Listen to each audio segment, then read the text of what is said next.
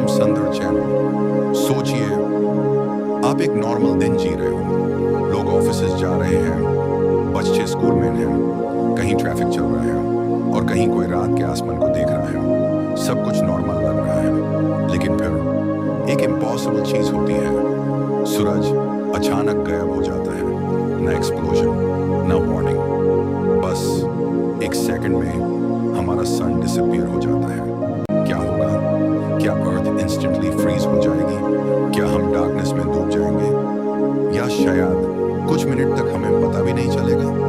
Reality science fiction से भी ज्यादा स्ट्रेंज है, क्योंकि सूरज सिर्फ एक ब्राइट स्टार नहीं है। ये हमारे सोलर सिस्टम का हार्ट है, ग्रेविटी का सोर्स, लाइट का सोर्स और अर्थ पर हर लाइफ की वजह। लेकिन सबसे शॉकिंग बात, अगर सन इसी मोमेंट गायब हो जाए तो अर्थ पर किसी को भी तुरंत पता नहीं चलेगा, क्योंकि लाइट को ट्रैवल करने में टाइम लगता है। सन की रोशनी को अर्थ तक पहुंचने में लगते हैं 8 मिनट और 20 सेकंड। मतलब सन गायब होने के बाद भी हम 8 मिनट तक नॉर्मल सनलाइट देखते रहेंगे, स्काई ब्लू दिखेगा, बर्ड्स उड़ते रहेंगे और दुनिया को लगेगा सब कुछ नॉर्मल है। लेकिन एग्जैक्टली 8 मिनट 20 सेकंड बाद पूरी अर्थ पर डार्कनेस छा जाएगी। ऐसी डार्कनेस जो हमने कभी एक्सपीरियंस नहीं की।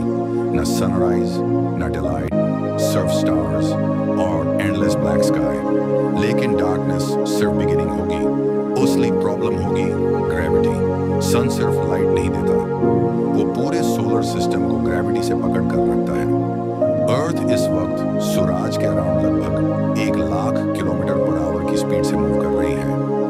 हम बस नोटिस नहीं करते। अगर सन गायब हो गया तो अर्थ इंस्टेंटली ऑर्बिट करना बंद कर देगी और हम एक सीधी लाइन में डीप स्पेस की तरफ निकल पड़ेंगे। इमेजिन कीजिए, पूरी ह्यूमैनिटी एक फ्रोजन स्पेसशिप पर बैठी हुई है जो एंडलेसली डार्कनेस में ड्रिफ्ट कर रही है। धीरे धीरे अर्थ ठंडी होने लगेगी।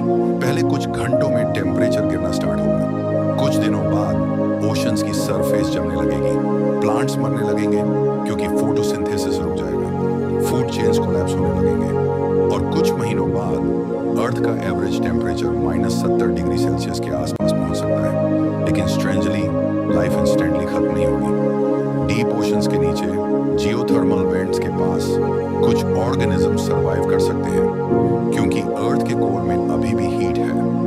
मतलब even after the sun disappears, life पूरी तरह इमीडिएटली वैनिश नहीं होगी। और यहाँ एक और माइंड ब्लोइंग बात है।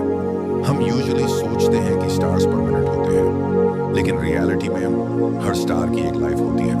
बर्थ, एवोल्यूशन और डेथ। एक दिन बिलियंस ऑफ इयर्स फ्यूचर में हमारा सन भी नेचुरली चेंज होगा। वो एक्सपैंड करेगा और एक रेड जायंट बन जाएगा, इतना बड़ा कि शायद मरकरी, वीनस और अर्थ तक को इंगल्फ कर दे। मतलब हमारा सोलर सिस्टम हमेशा के लिए स्टेबल नहीं है।